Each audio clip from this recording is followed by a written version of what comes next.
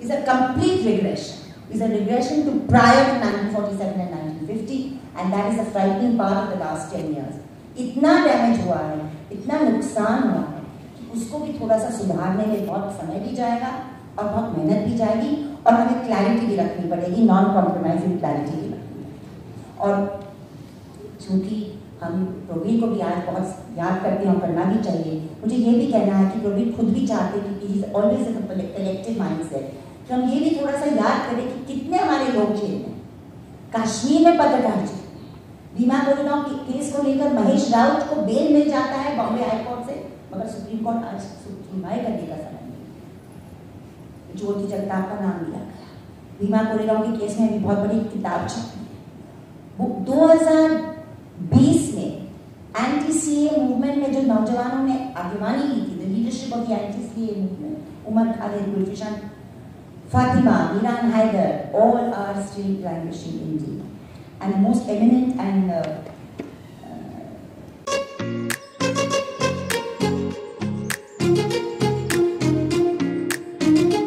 prisoner of conscience is amongst us, Dr. Anand Telikumbe, who inspires by his character writing. He had to endure so much. So I think this 10 years has cost us a lot of incarcerations, a lot of unfair incarcerations, and finally, because I'm a journalist, I want to just say two things about the media.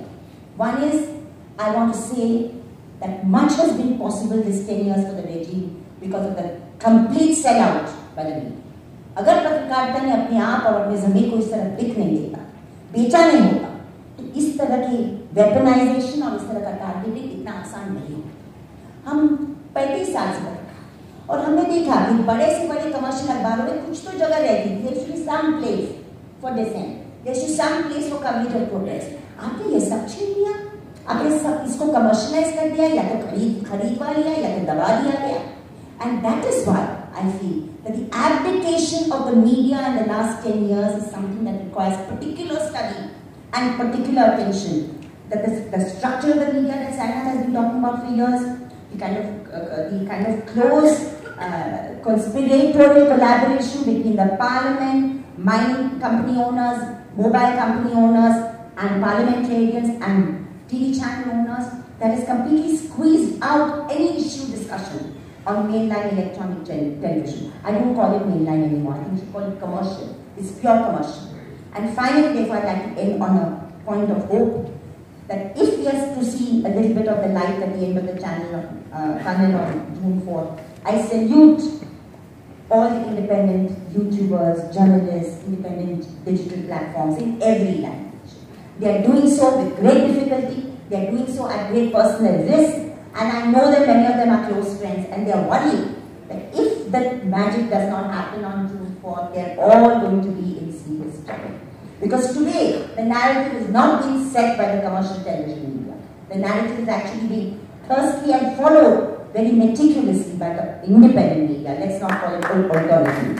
And I salute them. There are too many to name here, but I think we need to salute them because they are young, they are older, different languages, Marathi, Hindi, Urdu, Bengali, Tamil, Oriya, in every language you can find them. And they have tried to use these platforms, even with the problems that YouTube and Meta create, to break open the space that has given us some time and moment to breathe. Thank you very, very much for giving me this opportunity. And I hope Thank you so much, Krishna. As she rightly said, I think now we really should stop calling them mainstream media. We must call them commercial media only. That should be the new terminology, which is the perfect one. So our next speaker is Magsaysay Award winner, Amnesty International Award winner journalist, senior journalist P. Sainath, whom we all know. He is also there on his home front only, so don't need any introduction. But still, I would mention just one or two things about him. One of the world's largest experts in famine and hunger is P. Sainath. This is not we say because we work with him. This is what Amartya Sen has said. We all know this. And besides his journalism, the remarkable thing is he has trained under PARI and under his organization. He has trained almost more than 1,000 journalists, they say. Not a less number, which is a very great thing. You being a great journalist, and you are developing so many journalists.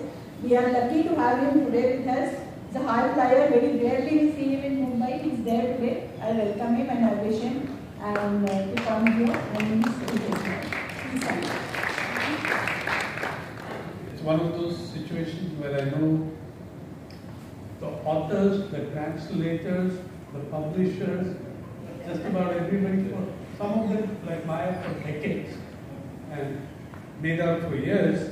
And I should mention once again, for those of you who didn't get it the first time, I do not see the authors, I'll talk about them a little later, but I don't see Medha and Maya as translators. I know certainly Medha, who's worked with us in Bali, these are people who bring decades of knowledge, experience, and insight and intellectual inputs into the work they do. I know that certainly from the personal experience of Medha translating my book into Last Heroes into Marathi. And even in the English version, whether with the story of Shobharam Geharwar or others, there were so many inputs that are not typically associated with a mere job of translation. That's one thing. Prabir, well, I've known him almost half a century now. From the day I stepped onto the JNU campus and he stepped out of the Tihar jail, somewhere roughly coinciding in a space of a few months. And like everyone else here sitting here knows it, I'm an admirer of Justice Chandru. The theme that we've given on, is democracy and the citizenship. Are these in danger? As a question, I don't think most of the people sitting in this audience require an answer to that. They know, they're facing these questions every day and they know what the hell is happening. Just a few things. On the point of citizenship, actually, from when the concept of citizenship springs up, it's historically been downgraded, used for exclusion, except for one brilliant, wonderful period in 1945 with the Universal Declaration of Human Rights, which tries looking at people as citizens of the world. That's one. Prior to that, you look at the constitutions, they were based, freedom, democracy were based on exclusions. Yeah. Freedom in the American Constitution was freedom of the white property adult male. And this was a country like Switzerland gave the vote to women in 1984.